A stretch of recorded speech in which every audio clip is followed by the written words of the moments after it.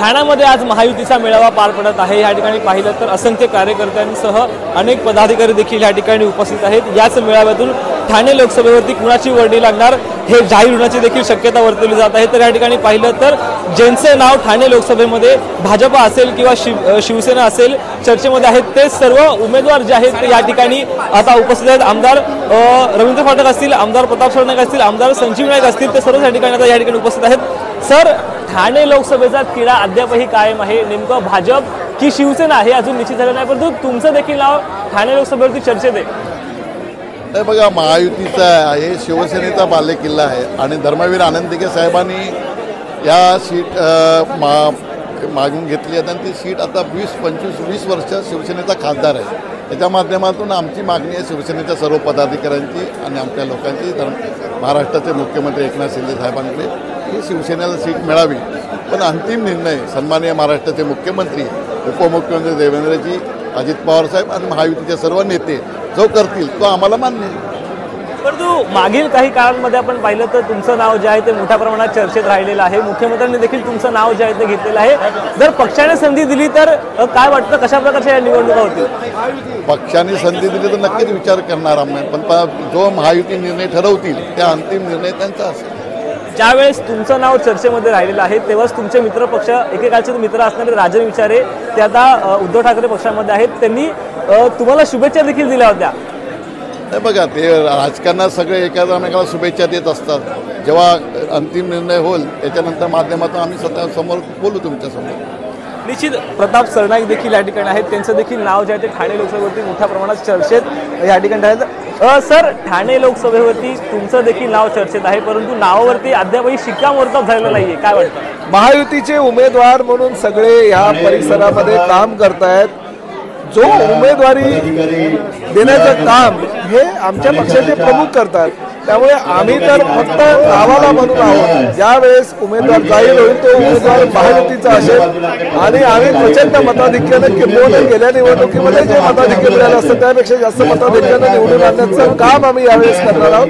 कारण नरेंद्र मोदी साहेबांचे हात बळकट करण्यासाठी, देशाचे पंतप्रधान म्हणून त्यांना तिसऱ्यांदा विराजमान करण्यासाठी या ठाणे लोकसभा मतदारसंघातील सर्वसामान्य कार्यकर्ता कामाला लागलाय हे दाखवून देण्यासाठी हा मेळाव्याचं आयोजन करण्यात आलं। प्रचंड प्रतिसाद या मेळाव्याला किती सर्व कार्यकर्त्यांचा लाभलेला तुम्ही बघताय। सर, मागील काळामध्ये पाहिलं तर तुमचं नाव मोठ्या प्रमाणामध्ये चर्चेत ठरलेलं आहे, परंतु अशा देखील चर्चा होते की प्रताप सरनाईक जे आहेत ते लोकसभेसाठी इच्छुक नाहीयेत, तर तुम्ही नेमके इच्छुक आहात का? बघा, इच्छुक असणं नसणं ही नंतरची गोष्ट आहे। पक्षाचा कार्यकर्ता पक्षाचे ज्या पद्धतीनं पक्षानं निर्णय घेतलेला असतो त्या निर्णयाचं स्वागत करणं आणि पक्षाच्या नेत्याने दिलेल्या आदेशाचं पालन करण्याची जबाबदारी शिवसैनिकाची असते आणि मी एक शिवसैनिक आहे। एकदा, दोनदा नव्हे, तीनदा ह्या विधानसभा क्षेत्रामध्ये आमदार म्हणून निवडून आलेला आजही मी मोठ्या प्रमाणात काम करतोय। त्यामुळे एकदा निर्णय पक्षाच्या प्रमुखाने घेतला तो माझ्यासाठी अंतिम निर्णय असतो आणि त्या निर्णयाप्रमाणे मी काम करणार। सर, परंतु पक्षाने जर संधी दिली तर कशा प्रकारची लढाई असेल? कारण समोर पाहिलं तर तुमच्या देखील कालचे मित्र असणारे राजन विचार आहेत आणि त्यांनी देखील शुभेच्छा तुम्हाला दिलेल्या आहेत। युद्धामध्ये कधी जेव्हा निवडणुकीचं युद्ध चालू असतं तेव्हा मित्रत्वाचा विचार करायचा नाही। समोरचा उमेदवार जो आहे तो आपल्यासमोर युद्धाला उभा राहिलेला, अशा पद्धतीनं तुम्ही जर काम केलं तरच तुमच्या निवडणुकीमध्ये यश तुम्हाला असतं। शुभेच्छा देण्याचं काम आणि कर्तव्य तर आपल्या दरम्यान मित्र मैत्रीचा काही संबंध नसतो आणि मी पक्षाचा एक निष्ठ पाईक आहे आणि त्या माध्यमातून पक्ष जो निर्णय घेईल त्या निर्णयाला बांधील राहून जास्तीत जास्त मेहनतीनं महायुतीचा उमेदवार कसा निवडून येईल यासाठी मी प्रयत्न करणार।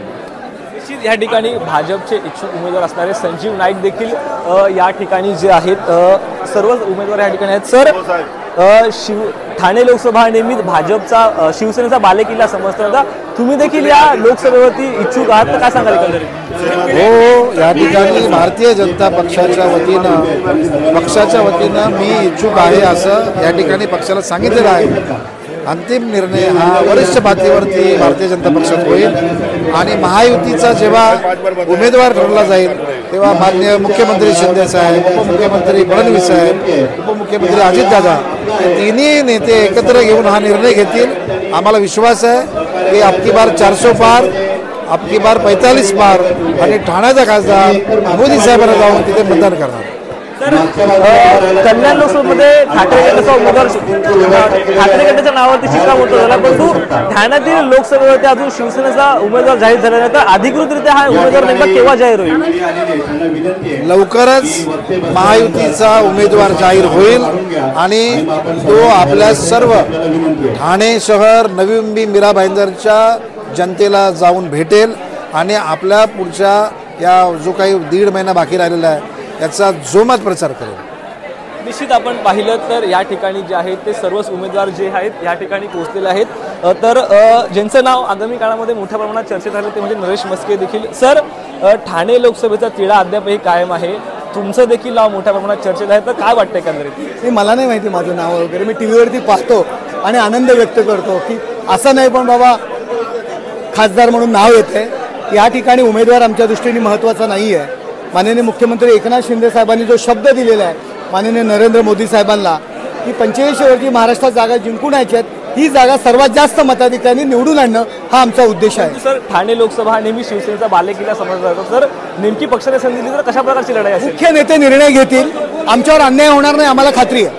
निश्चित पाहिलं तर या ठिकाणी जे आहे ते सर्वच इच्छुक उमेदवार या ठिकाणी आलेले आहेत आणि नेमका आज ठाणे लोकसभेचा तिढा सुटणार का असा एकंदरीत प्रश्न या ठिकाणी निर्माण होतो. तर नेमका ठाणे लोकसभा कुणाच्या वरणी जाईल, भाजप की शिंदेची शिवसेना, असं देखील एक सवाल या ठिकाणी उपस्थित केला जातोय. शुभम कोळी, लोकशाही मराठी, ठाणे. लोकशाही मराठी, ऐका, पहा, जागरूक रहा.